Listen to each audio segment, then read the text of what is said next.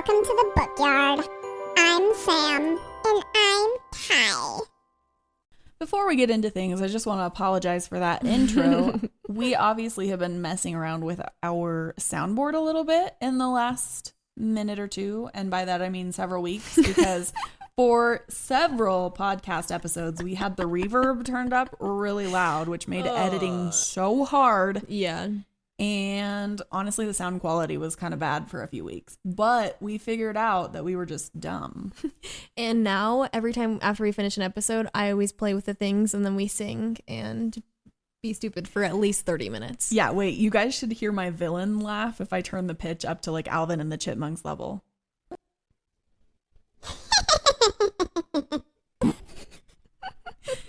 It's pretty awesome. It's my favorite. So anyway, you had to put up with that. I'm really sorry. But how was your week? My goodness. You guys are going to see this when we post our March reading recap. I've been on like a reading spree. I read all of Crescent City, which all 3 of the books that are out are over 800 pages. Mm-hmm. I read all of them in like 13 days.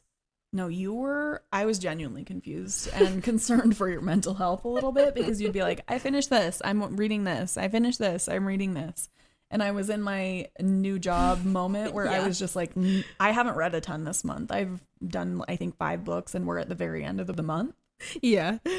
So I really haven't read a ton. Yeah, it definitely wasn't the healthiest coping mechanism, but like that's why I have therapy tomorrow, you know? Aw, it's so exciting. I'm also really not used to recording on Sundays. Me because either. you said I have therapy tomorrow, and I was like, what day is it? Yeah, since we don't work together anymore, we've had to kind of adjust our schedule because Sam works a lot of days now. Yeah, and I have school. It's mostly just like adjusting to the new schedule. I've been kind of like all over the place. Yeah, but any updates for us? Anything new? Well, I did have my first new job-related mental health moment. Love that. Yeah, I get it. I typically don't have a ton of mental health moments, but I definitely had a little frustrated cry moment. I just felt like I really was like needing some more support there. And I was like, no one has trained me on these things, and I'm getting called out for things that I don't even know. Mm-hmm. Like, for some reason, tell me why I have to have like 18 inches of clearance in my storage room ceiling, like for the fire alarm stuff. That's a fire hazard. I put a very tall basket on a top shelf because that's where it fit in my new like area of work. Mm-hmm. And the person who had the job before I did came in and was like giving me some very unhelpful pointers. I'm so sorry if you Let's love make my up podcast. a terrible name for them. She's Evil Rachel. She is evil. Yeah. So Evil Rachel came in. Yeah, and she like looks around and she goes, "That's illegal. That's illegal. You need to have 18 inches of clearance." And I was like, "Oh my gosh, I'm so sorry. I had absolutely no idea. I'll move that." And she goes, "Yeah, it's almost like I set it up the way it was set up on purpose." And I was like, okay. Yeah. But let's be real. If it wasn't set up in the new way, I wouldn't have seen that bathtub that I talked about last episode. That's true. You still need that. In the 20 minutes it's been since I talked about it here. It's still the same day. Not for you guys. As you can tell, we're at the end of our batch of recording because we're off the rails right now. We are. But I was very proud of myself. I was very professional. I was very kind. No, you slayed. And I walked out of work that day and I definitely had like an angry tears moment. And I was just like, ah. And then I immediately had to drive to your place of work to drop something off to another manager there. Mm-hmm. And I was like, hey, and you were having a breakdown. And then I was like, do you want me to come sit by you? So I got to sit in my old desk at work and just talk to Kai for a little bit. Well, and it was I cried. So fun. It was so cute. Sam got a little teary-eyed in a second too. So we just were having a moment. Yeah, but it was really nice. It was so fun to like have a little moment and just like have some angry, like frustrated like moments and tears related to new jobs and things. Yep. And then just be like, but it's fine. I get to talk about it with my friend. Yeah, it was such a cute like reunion bestie moment. Cute. Besties who have a mental breakdown together stay together. Okay, everyone. Moment aside, we have a really fun episode for you today. Yes, I'm trying to think what number of scientific experiment. Yeah, we're on. Are we on 3 or 4? 4? 5? Probably 4. I'll have to go back. We'll give you like a summary at the end episode. I don't know. I think it's 4. Okay. Well, you know, we're scientists around here. We are. We're pretty good at it too. Yeah, we are. We're amazing. So yeah, no, this week we are going to jump into this really fun experiment that we were able to do. A lot of people we've seen that read a lot of books, I feel like one of two ways about like TikTok books, you know, BookTok. Yeah. Right, where they're like, I'm really tired of seeing all these really like mediocre books rise to the top of BookTok. Right. And then I go to read them and I'm really frustrated with them. Or they're like, you know what, that's how I choose what to read. And I have found really good books there. I think we both kind of lie, but like in the middle. In the middle, I don't yeah. think we're very opinionated on it. I think we like to read books that are popular, but we also like to read random books that we just like or that our booksellers tell us to read because we love recommendations. So this experiment really started when we realized that we had read quite a few of like BookTok books or very famous books from authors, but the authors in question had written a lot more. Right. So if you've been with us for a while, you know that we did our Rebecca Ross episode. Love her. And this actually her episode came about because of this experiment that we were doing. Yeah. So we really knew we loved Divine Rivals. Everybody loved Divine Rivals. We had read that one. We read A River Enchanted. Mm-hmm. And then we realized she had a lot of other like books and we wanted to read them. Yeah. And then we realized there were a lot of authors that we had read a lot of their very famous books, but none of their lesser known books. Right. So in our confusion, obviously, we've been calling this concept lesser known authors. Books by lesser known authors. Yeah, for like months, because we've been doing this for a long time. Yeah. That's actually nothing to do with what it is. It's really just like reading a very famous book from an author and then going and reading a less famous book from the same author. And kind of taking a deeper look on if we actually just don't like their reading style or if it's pretty similar or how they've evolved. Like it just kind of brought up a lot of questions about their work in general. And if it seemed like a book was just appealing to the algorithm or if that's how they are as an author. Absolutely. And I would like to say just before we jump into this episode, just because we talk about an author in this episode doesn't mean that we like support them all the way, right? Kai and I have talked about this a lot because I like to be aware of whose books that we are like talking about. Yes, on for sure. Our podcast, and specifically about books that I read. I have kind of a complex about it, but yeah, you know that's true. I totally know that's true. I'm just shaking my head. Yeah, I definitely have like a complex about it. I do want you to be aware that we know that there are some controversies with some of the authors that we talk about today. And in the case of Stephanie Meyer, who we are going to talk about a little bit today, mm-hmm. Kai and I have both kind of chosen to not support her by buying her books firsthand or new books. We have gotten her books secondhand. So at like thrift shops and just making sure that the way that we spend our money is in a very conscientious like way of supporting her specifically.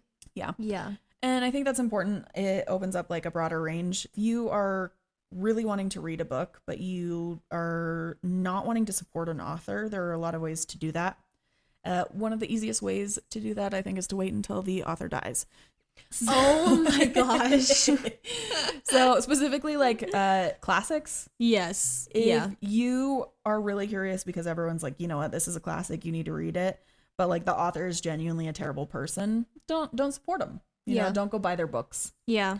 So anyway, long story short, it's a really complex situation and we try our best to be very aware of what's going on socially and kind of who the authors are as people.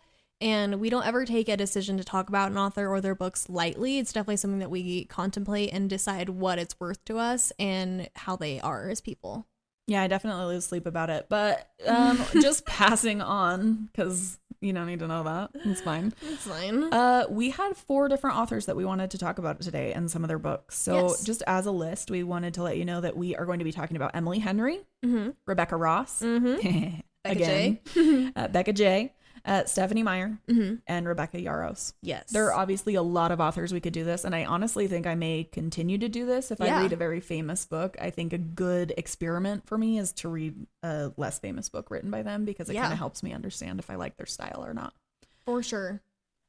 Okay, so Emily Henry has a lot of very famous books. She actually has a book coming out right now. She's kind of like the it girl when it comes to like fun romance. Yes, there are like smut elements a lot of times, but like it's not like a smut book. Like it's a cute it's romance. not like Allie Hazelwood. There's definitely like some sex in her books, but it's not like as graphic as a lot of other ones are. But no, it definitely is like Emily Henry is the it girl of like fun romance right now. Yes, absolutely.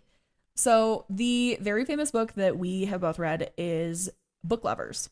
Yes. And Kai actually read a funny story as well. Yes, because we have a couple of Rachels at work who love Emily Henry. Yes. So they were big, like, you have to read Emily Henry, you have to read her. Like, they were pushing. So we were like, obviously, we have to do it. Yes. On our own, me and Sam, we read a good amount of romantasy just because that's kind of big right now, but we don't read a lot of romance. Mm-hmm. Like, that's just not really our big genre. Well, and I think we wouldn't read a lot of romantasy if it were only the romance elements of it. No, I think we'd like fantasy. For sure. So this was kind of going a little bit out of our comfort zone. Not like crazy. I would say more out of Sam's comfort zone than mine, but it definitely was interesting. Yeah, there isn't a lot of times in my life where I'm like, you know what, I just want a silly little romance. It really just doesn't happen a lot for me. I think I'm definitely a mood reader, so it does happen sometimes. Right. Where I need just like a little brain break and I want to like just really not think a ton about what I'm reading. But for the most part, I genuinely don't like gravitate towards romance. Yeah.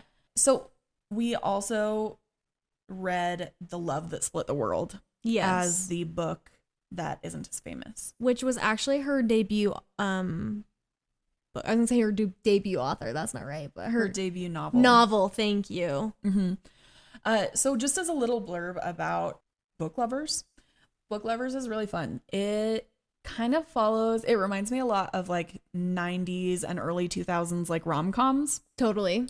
But Nora is the main girl in Book Lovers.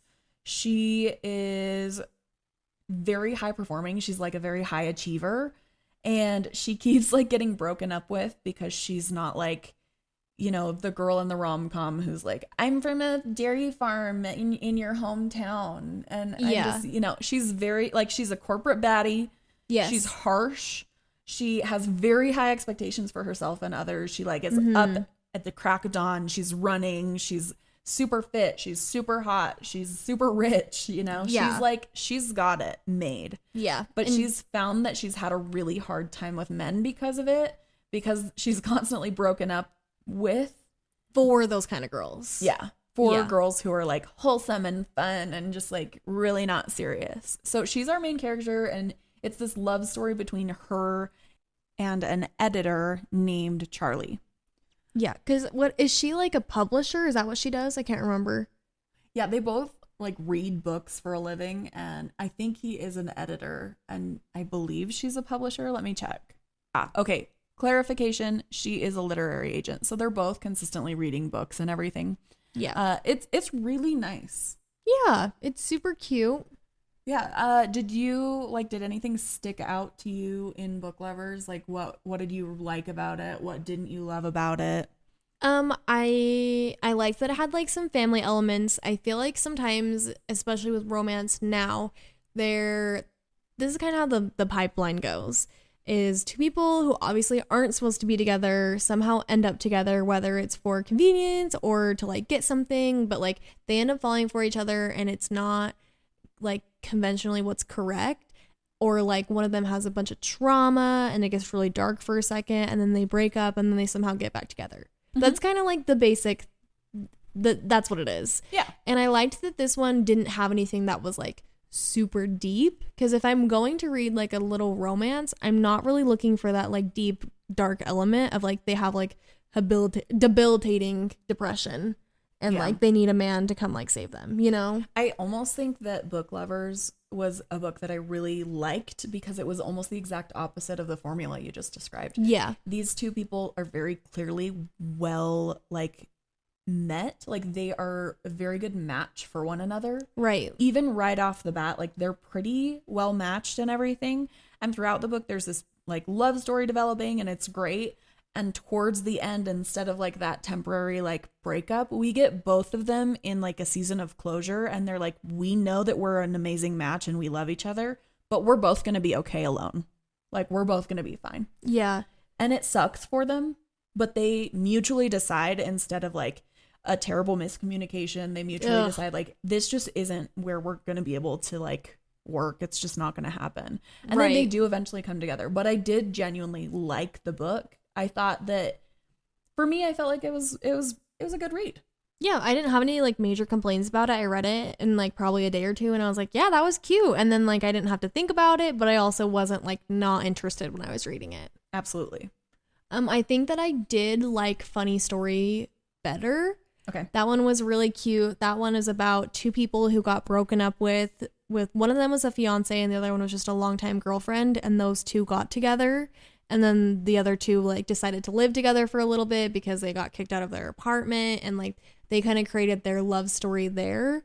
So it did kind of follow the same pattern that I was just describing. So Emily did kind of slip into that pattern, but I don't think that it was bad. It had some like humor elements, and it did really well. I don't know anybody who's read it who didn't like it. So I thought it was really good.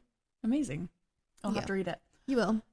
So the other book that we read that isn't as famous is The Love That Split the World. Like we were saying, it's her debut novel. Mm-hmm. And do you want to give like a little blurb in our own words? Yeah, for sure. So it's about this girl, Natalie, and she is like a teenager, lives in this little small town, and she starts having these like weird, not visions necessarily, but she'll be like in a room and then it'll like flip and she's somewhere else, kind of like Stranger Things vibes, if that helps at all. Where like they're and she's like a Native American girl who was adopted by a white family, right? Yeah. Okay. Sorry, I should have clarified that. But so it kind of like flips, so she's in a different world, but like it's the same place. Like I said, kind of like Stranger Things. So she starts noticing that, and it's getting really weird, and she meets this person that she calls the grandmother, who would visit her all the time and would tell her all these stories, which were actually religious origin stories. I just didn't realize it because I'm not super informed about a lot of other religions, so Sam helped me out with that one, but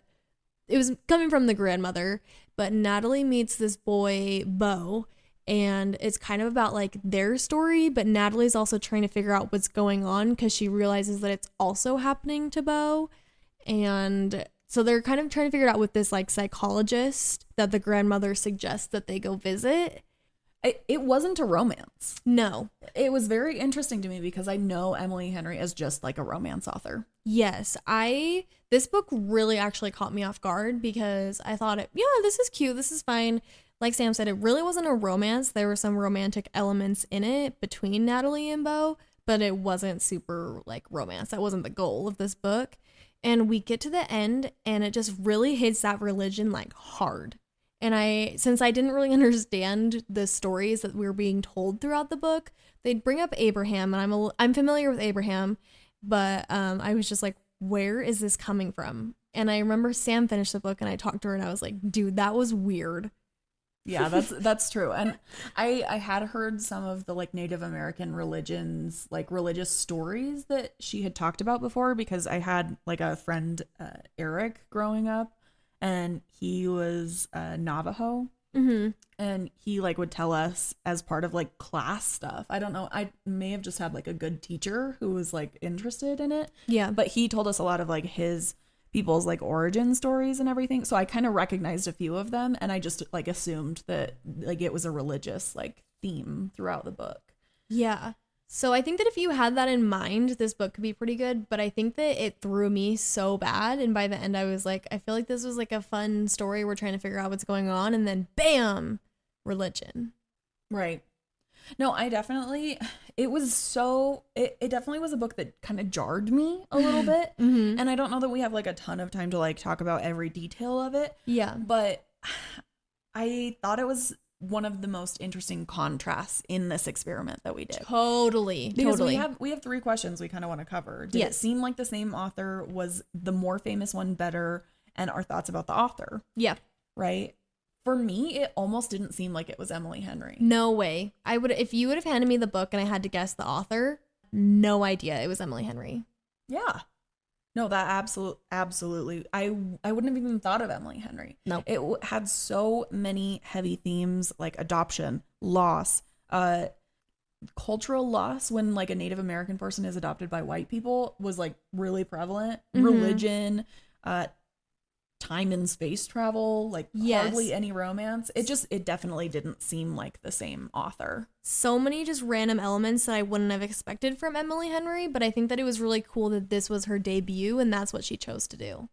I really would love to see her branch out from romance after reading this debut, because it's interesting to see what her interests are beyond romance. Right. So I think moving on to the next question, was the more famous book better? I personally liked the more famous book better, but nothing against the book. I didn't hate it. No, I didn't hate it either, but I do feel like she found her niche in romance. I think she's a good author in romance. I think she knows how to make the stories fresh. I think she writes people who are falling in love really well. I think she found her niche, and I think that's why it didn't seem like the same person. So I also would agree. I thought Book Lovers was better than her debut. Yeah. And I mean, that kind of answered our thoughts on the author. I think that she's found her place in literature, and I'm really loving the content that she's putting out. I think that she's found her groove and what works for her, and I'm so excited to see where she goes. And as an author, I think I really like her. I think she's fine. Yeah, I would agree. I like it. So moving forward, let's talk a little bit about Rebecca Ross. We did an episode about our queen, Becca J. What was it, 3 episodes ago? 2 episodes? Yeah, 3 episodes ago. So if you're wanting to more detail, because we're just going to kind of speed through this one, absolutely go back and give that one a listen. We love Rebecca Ross. And we talk a lot more about the books that we've read from her. Like very in depth as well. Yeah. So like the famous book that we read from her, obviously we've read all of her books, but Divine Rivals specifically and A River Enchanted were both pretty well known, especially in the last few years. Yes. And the one that we really hadn't heard of people liking was The Queen's Rising. Yes. Did it seem like the same author to you? I would say, I don't know that it was like night and day for me. But I think that The Queen's Rising had the same kind of tropes and elements that she has in Divine Rivals. But I thought that I don't know how to explain it. Like, I think that it was the same author, but you could definitely tell that she had developed and kind of like found her groove as well, if that makes sense. Gotcha. For me, I definitely was like, this is Rebecca. Like, I know. I know my girl Becca. You're looking at me. No, for me, I definitely was like, this is a Rebecca Ross book. It definitely seemed like it was very cohesive with her other works, specifically with like the theme she explores and the way she writes like different people. But yeah, was the more famous one better? I don't think so. I don't think so either. I think by itself, I love Divine Rivals, but The Queen's Rising as a duology and even the standalone that we read, Sisters of Sword and Song. I thought that the originals were better. And that's why, I don't mean it in a bad way that she found her groove, but I think that she found something more mainstream and kind of what people were looking for more. And I don't know that I like Divine Rivals more than her old stuff. Yeah, I would say if I had to like put her duologies in order, because I would have a harder time with her standalones, I think. Yeah. But if I were to put her duologies in order of like the ones I liked most, I think it probably would be the Queen's Rising first, then A River Enchanted, then Divine Rivals. Yeah. I loved all of them, I think. Yeah. But The Queen's Rising definitely has like a very special place in my heart. Yes, and we love honestly, because I read A River Enchanted and A Fire Endless recently as well, I genuinely love the duology. But Divine Rivals, I liked the world. I thought it was interesting and fun and quirky and cute. But for me, it was less substantive than the others. Absolutely. So, you know our thoughts about Rebecca Ross. We love her. I'm so excited to see what she does. I do kind of hope that she doesn't invest too much time in Divine Rivals universe, because I know that she's coming out with a new book. And it is in the Divine Rivals universe, yeah. So I think that she's done really well with Divine Rivals, and I think a lot of people love that. But I want to see what else she can put out, because I'm really impressed with everything. Yeah, I think after one more book, I would be so ready to move on from the universe. I would be so excited to see what else she has. For sure.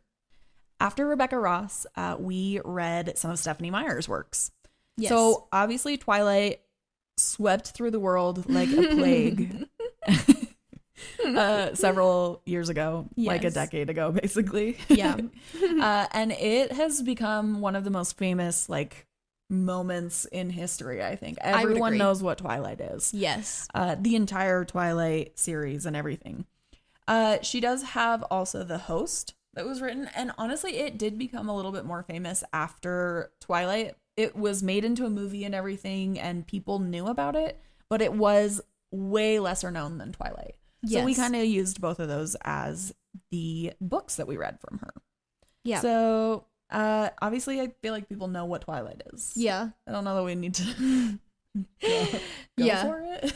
I mean, I think that they got especially big because of the movies and how Yeah. terribly they were done. Yeah, they really were done. But we very love the poorly. movies. We do.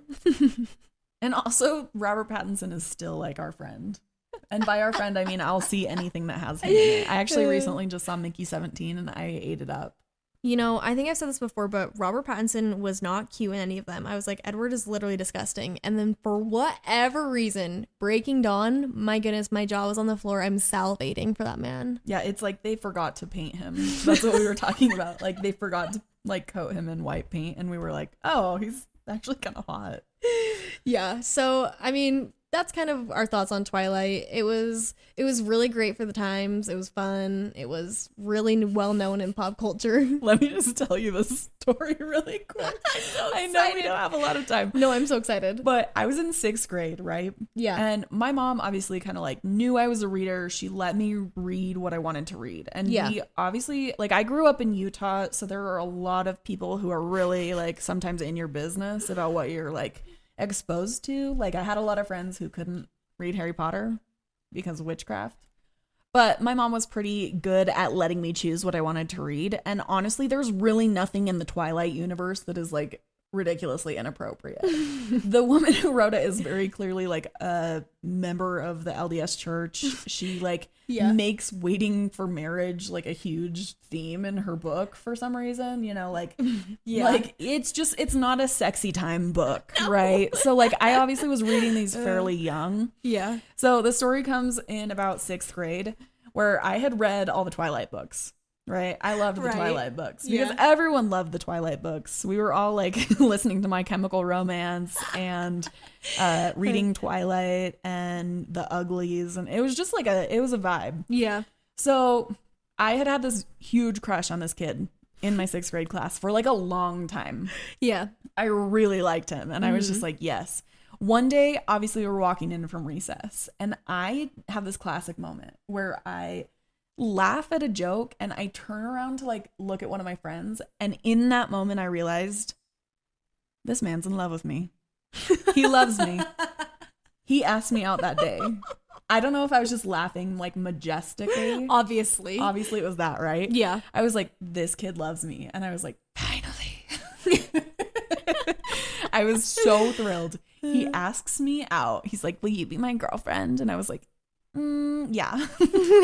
Obviously, like, had to consider it. Yeah, obviously. Can't let him know your next move. We didn't even hang out.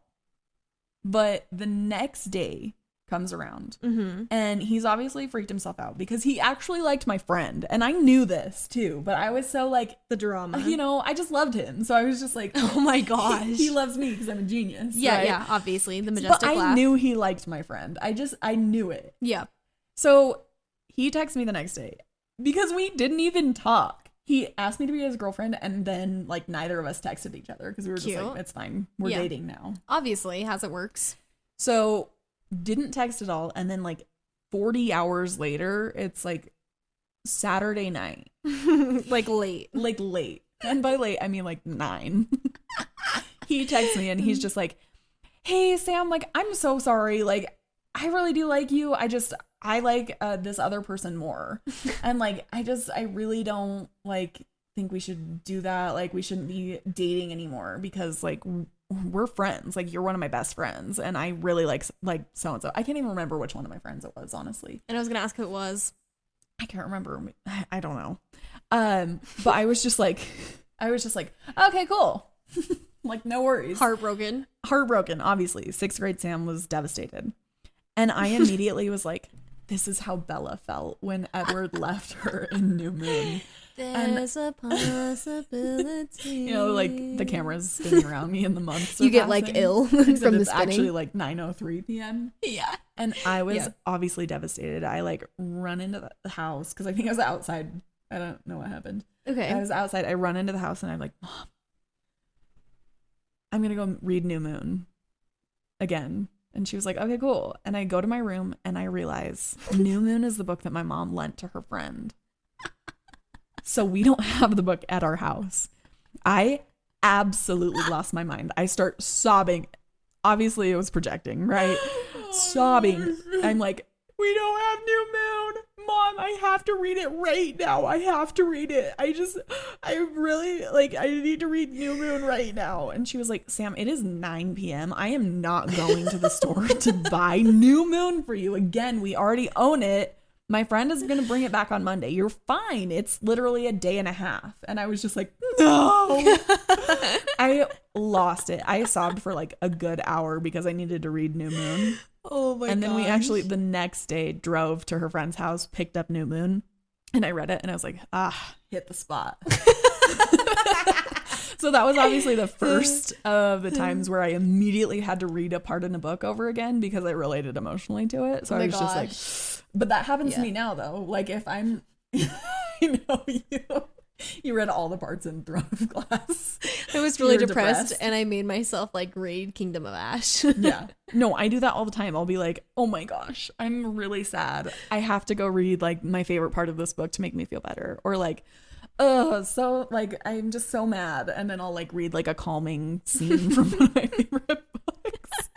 But obviously this was one of the first instances of it. And it was thanks to Twilight. So that's one of my favorite Sam stories. Yeah, I was really devastated, but New Moon solved it for me, I guess. Anyway, moving forward. So, yeah, moving forward, the host is a little bit different from Twilight. It takes place, obviously, in the real world, just like Twilight. Yes. The real world. And like Twilight, something happens that doesn't actually happen in the real world. Yes. Aliens have come down from Earth, and they have taken over the Earth. And they are like not aliens in the traditional sense. They're aliens in a parasitic sense where they are like they latch onto people's brains and they basically take over their bodies. So it looks from the outside as if humans are still controlling their world and everything. But in reality, the aliens are controlling the world and they live in kind of a utopian society because these aliens aren't like violent and they don't have like human issues. Yeah. It is a very different world than Twilight is. For sure. It is quite different. Yeah. To you, did it seem like the host was written by the Twilight author? Was it Stephanie? 1,000,000,000% to me. Yeah, I think that she has this very similar writing style. I think that I was like, yeah, this was totally Stephanie. Yeah. I will say Melanie was a lot more likable than Bella. Absolutely. Melanie is a fun FMC. Yeah, like she actually has a personality. Yeah, and it's like, yeah, has like people she cares about and like goals and yeah, is like willing to fight for things and stuff like that. Yeah, you know, a better character, but it definitely was written by Stephanie Meyer for sure. Was Twilight better than the host? I would say yes, but I also hold a little special place in my heart for Twilight because it just like hit the perfect audio spot for me, and I just like I love those. I think the movies make them better, you know? What about you? I definitely feel like I have a little soft spot for Twilight just because of like the like emotional significance that it has had in my life. Obviously. Not only the 6th grade fiasco, but also because every once in a while I'll walk into my home and my mom's just rewatching Twilight. Oh my gosh, yes. She loves Breaking Dawn. It's so cute. She'll watch it over and over again when she's just like, you know, stressed with things. Yeah. And she knows it's bad. But it is definitely like a little special spot in my heart. I didn't mind the host when I read it. Like when I read it, I was still very young and I was like, you know what? I actually really liked it. I thought the concept was way more interesting than Twilight. For sure. But I don't think it was like implemented particularly well. I didn't think Twilight was implemented pretty well. Like I was like, you know what? We're not great, but I'm there for it sometimes. Yeah. So thoughts about the author. I would be okay if I never read a Stephanie Meyer book again. I completely agree. I never read like Midnight Sun. No. I was just like, no. I hate Edward. I don't want 800 pages of it, you know? No. So I think that Overall, we still don't love her. And I don't know that we ever will or will take the time to get to know her. Yep. Okay, this last one, we chose to do Rebecca Yarros. And we, of course, had to do her big series right now, Fourth Wing. Yes. And we read The Things We Leave Unfinished as her not so well-known one. Yeah, because Rebecca Yarros is a contemporary fiction and contemporary romance author. Yes. Who, like, delved into fantasy. Yeah, Fourth Wing was her first fantasy anything. Like, she had never written any romantasy before. Yeah, so I did think this one was a very interesting one. Yeah. Just kind of like Emily Henry, where it was a genre change. For sure. I thought that was cool. Yeah. So, I mean, Fourth Wing is pretty iconic. Dragons, really strong FMC, powers, that kind of thing. We really like Fourth Wing. We're excited to see where that whole series goes. Is it like the most amazing thing we've ever read? No. But it's fun. It's really entertaining. Well, and I do think people have some very valid criticisms about Rebecca Yarros' writing style, and that's okay. Yeah. It really does not have to be for you. I genuinely enjoy a lot of literature that, like, I read and I'm like, wow, this really didn't take any brain power. Yeah. This isn't the best thing I've ever read. But I do like the idea and I enjoy being in the universe. And that's kind of where we lie with Fourth Wing. We really like it. Yeah. Yeah. But The Things We Leave Unfinished. Do you want to give a little self blurb on this one? So The Things We Leave Unfinished is like a contemporary romance. It is it takes place in two different times, basically. So we get a modern day love story, and then we also get a love story from World War II. Yes. Who is the like relative of the modern day love story, right? So we basically get two couples in this book, and it is obviously a romance. So it's very interesting. Yeah. It's I think a very fun comparison between the two. Because we have both love stories in The Things We Leave Unfinished, we get to compare those two as well, which is very fun. Yeah. And I think we both liked The Things We Leave Unfinished. Yeah, I definitely preferred the World War II romance. I thought that it was more cute, and I didn't really love the modern day one as much, but I wasn't like opposed to their relationship. Yeah. I was like, okay, yeah, I get it. Yeah, no, I think I like the World War II relationship better as well. I thought it was like more my speed. Yeah. More like it was less about like the romance, like sexual aspect of it, which is what like modern like the romances were. Right. Well, and it was fun too because we did audio for this one. So when it would switch to the World War II, they would have accents, like British accents, and it was so fun. That was very fun. I thought it was good. Yeah. But no, I definitely thought it was good. Did you think that it seemed like the same author? I think that in the way that she writes smut, yes. Yeah. Not as much with Onyx Storm, but from Fourth Wing to this one, the way that she writes intimacy, yes. Yeah. Beside that, I think that I was kind of like, I could see some differences. Yeah. What about you? I definitely think the writing quality hasn't changed. Like I definitely think she does work with a lot of very established tropes. Yes. I think that she tends to rely on like a few like I don't know, ideas, maybe stereotypes about romance and like the people that she writes. But overall, I thought the genre change was interesting for her, but it did feel like Rebecca Yarros. Yeah, I don't think that I was like, I have no idea who this is. Mm-hmm. Yeah. So. Do you think that Fourth Wing is better than The Things We Leave Unfinished? This is a really tricky question because they're just so freaking different. Yeah. I don't know that it's fair. I think I'd have to like, oh my gosh, I don't know, because I love Fourth Wing, so I want to say that the more well-known one was better. Would you read a second book in the same of The Things We Leave Unfinished? No. I thought that it ended fine, and I don't know. I have a hard time with second books when it comes to romance because it just follows that same trope of like they break up for whatever reason at the beginning of the second book and then have to get back together. And like I already saw that. So I just don't know if there's anything that The Things We Leave Unfinished could do for me that would make me interested. That's true. So I don't know. It's just so hard to compare them because I don't think either of them were bad. But I think if I had to pick, I would have to say Fourth Wing, even though that isn't Rebecca's like main genre. Yeah. This is hard for me too, because I think Fourth Wing is better, not because the writing is better, but because I'm more interested in it. Yes. But I do think that Rebecca at her core is a romance author. And I think that's always been my critique of Fourth Wing, is that it feels more like a romance than a fantasy. Right. For me. And that's obviously, like we've talked about, it's not my favorite like genre. Romance just isn't my favorite. And that's okay. I do enjoy them. And I do think they're very fun and like great. But I do think that Rebecca is a contemporary fiction romance author. Yeah. I think she's done okay, and she's done like fine in her fantasy world. Yeah. But I do think she had already found what she was good at. Yeah. I am interested to see in the next like 10 years here what she does, because I know that she's contracted to write the 5 books in the Empyrean series, but she also is writing contemporaries in between those. Yes. So I'm very intrigued to see if she continues with this romantasy after she's done with the Empyrean series. I know. Can you imagine if she were just to like switch it up and be like, I'm writing a sci-fi? That would be insane. A woman who can do it all, I guess. Yeah. I mean, yeah, I definitely think that it is interesting. I would say that Fourth Wing for me is better. Do you have thoughts that you want to share about Rebecca Yarros? No, not much more than what I just said. Like, I'm just intrigued to see where she goes, because I think kind of what you said, she found her place in what she's good at. So I think it's really cool that as an author, she decided to branch out and it worked out really well for her. I'm just interested to see what her next moves are.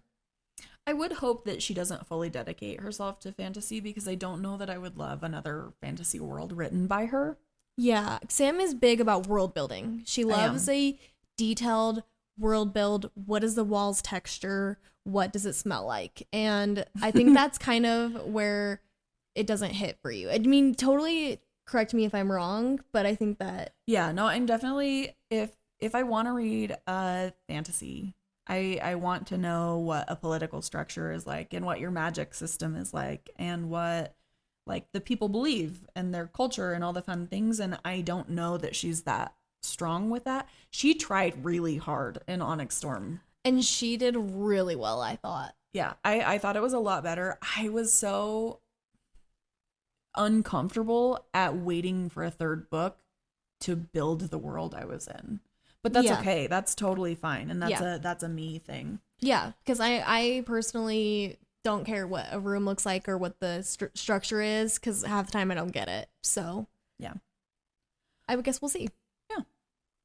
Overall, I thought that this was a really worthwhile experiment. And I think that we're going to have to do it again. Totally. As authors like come in and out of style, I think it would be very interesting to see which books get picked up as like very famous, which books are made famous by social media, and then go back and try to understand them a little bit more as an author and the other things that they've written, and then go and find books based on that. I think that's so fun. I think this was one of my funnest experiments that we've done. I completely agree. I think it was really cool too, because we got to kind of do our own research, and I know a lot of times we like to look up things or see other people's theories, but we haven't seen anybody else do this, so this was fun to like just navigate on our own and kind of figure out. It is. And it kind of inspired a few of the other experiments that we're currently doing that I'm even more excited about. Yes. So honestly, I really hope everybody's here for season 2, because we have so much fun stuff coming up. We do. We're really excited. Okay, so next week, Sam actually was just talking about the experiments that came from this experiment that we did. And this next episode is one of those. You don't have to wait till season 2 for one of them. You will for some of the others, but it's fine. This one, you won't. But the concept is we went to our favorite bookstore, Hey Poppy, and we asked one of the employees what a book was that they just absolutely adored. And one of the books that they were like, I don't know if that's for me. And it was a little bit tricky, but we read both of those. And we did choose one particular like bookseller. So we didn't go in and like we didn't ask everyone who was there. We went to someone we trusted. Yeah. And we were like, okay, we're going to do this. We're not going to like say that we like, I don't know. We're not going to say like terrible, rude things about the books that we didn't like. Right. We just wanted to know like something, because you know what? We were just talking about how romance isn't our cup of tea. So not necessarily say this is the worst book ever, but just a book that didn't hit for this specific seller. Mm-hmm. So we have the best and worst of Poppy Book. So we're excited. Their best recommended, and then when they wouldn't recommend. It's going to be so fun. It's going to be so fun. So come back next week for that. If you liked today's episode, you are in luck. We post every Monday. And if you're looking to get your fix throughout the week, you can follow us on Instagram, TikTok, and YouTube at The Bookyard Pod. Have a good week, everybody. See ya.